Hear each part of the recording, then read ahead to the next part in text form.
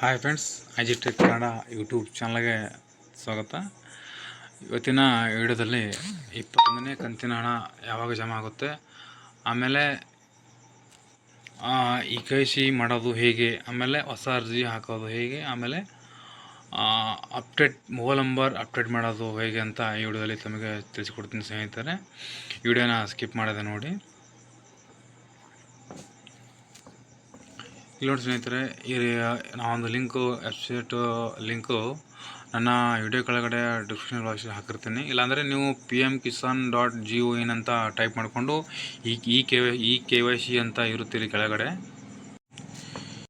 KYC ಮೇಲೆ ನೀವು click ಮಾಡ್ಕೋಬೇಕು. ಯಾಕಂದರೆ ನಿಮ್ಮ KYC ಆಗಬೇಕಂದ್ರೆ ನೀವು ಇದನ್ನು ಕ್ಲಿಕ್ ಮಾಡ್ಕೊಂಡಾದ್ಮೇಲೆ ಇಲ್ಲಿ ನಿಮ್ಮ ಆಧಾರ್ ನಂಬರ್ ಕೂಡ ಹಾಕಿ, ಆಮೇಲೆ ಒ ಟಿ ಪಿ ಹೋಗುತ್ತೆ. ನಿಮ್ಮ ಏನು ರಿಜಿಸ್ಟ್ರೇಷನ್ ಮಾಡುವಾಗ ನಿಮ್ಮ ನಿಮ್ಮ PM ಕಿಸಾನ್ಗೆ ಅರ್ಜಿ ಹಾಕುವಾಗ ಏನು ಕೊಟ್ಟಿರ್ತಾರಲ್ಲ ನಂಬರು, ಆ ನಂಬರ್ಗೆ OTP ಹೋಗುತ್ತೆ. ಆ OTP ಎಂಟರ್ ಮಾಡಿಕೊಂಡ್ರೆ ನಿಮ್ಮ KYC ಕೂಡ ಆಗುತ್ತೆ.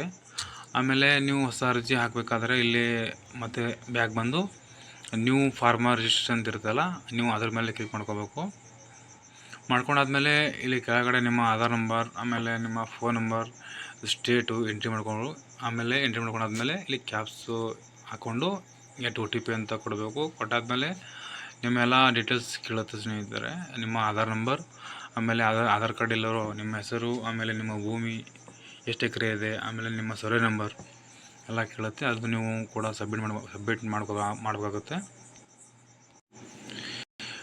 ಆಮೇಲೆ ಸ್ನೇಹಿತರೆ ಇಲ್ಲಿ ನೋಡಿ, ಅಪ್ಡೇಟ್ ಮೊಬೈಲ್ ನಂಬರ್ ಅಂತಿದೆ. ಅಂದರೆ ನೀವು ಆಲ್ರೆಡಿ ಅರ್ಜಿ ಹಾಕಿದರೆ ನಿಮ್ಮ ಫೋನ್ ನಂಬರ್ ಏನಾದರೂ ಚೇಂಜ್ ಮಾಡಬೇಕಾಗಿದ್ರೆ ಇಲ್ಲಿ ಅಪ್ಡೇಟ್ ಮೊಬೈಲ್ ನಂಬರ್ ಅಂತ ಇದೆ, ಅದ್ರ ಮೇಲೆ ನೀವು ಕ್ಲಿಕ್ ಮಾಡ್ಕೊಂಡಾದ್ಮೇಲೆ ಇಲ್ಲಿ ರಿಜಿಸ್ಟರ್ ನಂಬರ್ ಕೂಡ ಹಾಕ್ಬೋದು, ಅಥವಾ ನಿಮ್ಮ ಆಧಾರ್ ಕಾರ್ಡ್ ನಂಬರ್ ಕೂಡ ಹಾಕಿ ನೀವು ಫೋನ್ ನಂಬರ್ ನೀವು ಚೇಂಜ್ ಮಾಡ್ಕೋಬೋದು.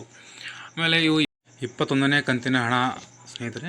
ಇದು 20ನೇ ಕಂತು ಆಗಸ್ಟ್ 2ರಂದು ಬಿಡುಗಡೆ ಆಗಿದೆ. 21ನೇ ಕಂತಿನ ಹಣ ನವಂಬರ್ ತಿಂಗಳಲ್ಲಿ ಬಿಡುಗಡೆ ಆಗುವ ನಿರೀಕ್ಷೆ ಇದೆ ಸ್ನೇಹಿತರೆ. ಆದರೆ ಇವಾಗ ದೀಪಾವಳಿ ಹಬ್ಬ ಇರೋದರಿಂದ ರೈತರಿಗೆ ಶುಭ ಸುದ್ದಿ ಕೊಡುವ ಸಲುವಾಗಿ 21ನೇ ಕಂತಿನ ಹಣ ಅಂದರೆ ದೀಪಾವಳಿ ಹಬ್ಬದ ಮುಂಚಿತವಾಗಿ ಬರ್ಬೋದು ಅಂತ ಸಾಧ್ಯತೆ ಇದೆ ಸ್ನೇಹಿತರೆ. ಅದು